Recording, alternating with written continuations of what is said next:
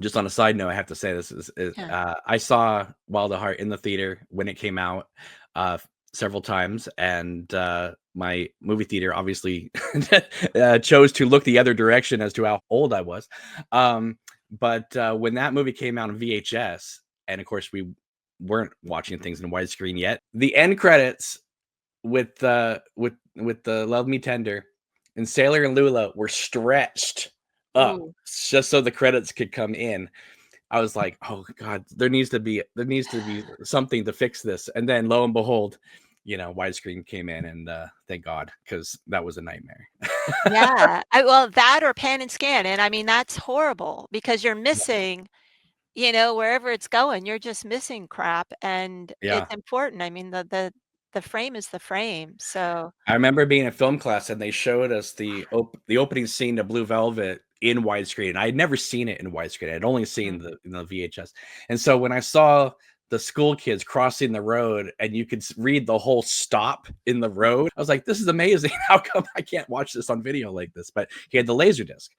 And Yeah. Laserdiscs, those were great. yeah, I mean, by the time I got into Laserdisc, by the time I could afford it, DVD was like a year and a half away. So it didn't last very long. But that was the first time you got commentaries and documentaries, and you could see things in widescreen. Sometimes, yes, it would have to flip 3 or 4 times to go through the whole 2-hour movie. But that was, I mean, cinephiles had to do what they had to do in order to see the films proper. I mean, it was quite amusing to be in a film class and having people writing papers on film composition when they were only looking at 50% of the screen.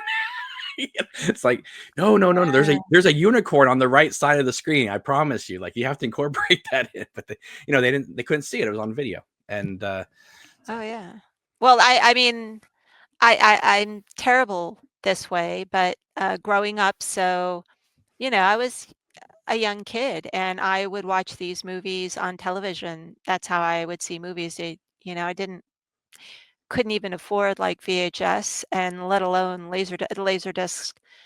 I never had a Laserdisc player. I had a friend who had one, and so I could see, but I couldn't afford any of that kinda stuff, and so I watched a lot of movies on television growing up, and it wasn't until later when I was older and I could see these films in their entirety, and I realized how much was cut out of them for television, mhm. how the framing was different, how the lighting, how the compressed audio was. I mean, everything was so different from the film I'd see as a kid, but I still fell in love with these movies. Oh So yeah. it says a lot about these movies that you can still fall in love with them even though they were totally butchered and, didn't even Yeah. make sense, But what I loved about it was we'd fall in love with these movies, and then when we finally saw them in the proper aspect ratio and the sound, and it was you could a lot of people will say, I wish I could watch that movie for the first time again. And that Oh, was a kind of yeah. a way of doing that. Like, I remember people rediscovering John Carpenter once his films came out in widescreen. It was kind of like, oh my goodness, like, he's a great filmmaker. It's like, yeah, he's always been, but now you can see it. You can see his Yeah. blocking, and it's amazing. I hope the days of theater come back, really. Although people are kind of going to the movies, they don't really have a lot of movies in the movie theaters. Not a lot of movies can go to the movie theater, so Unfortunately. Yeah. yeah. We're definitely in a changing of the guard at the moment here.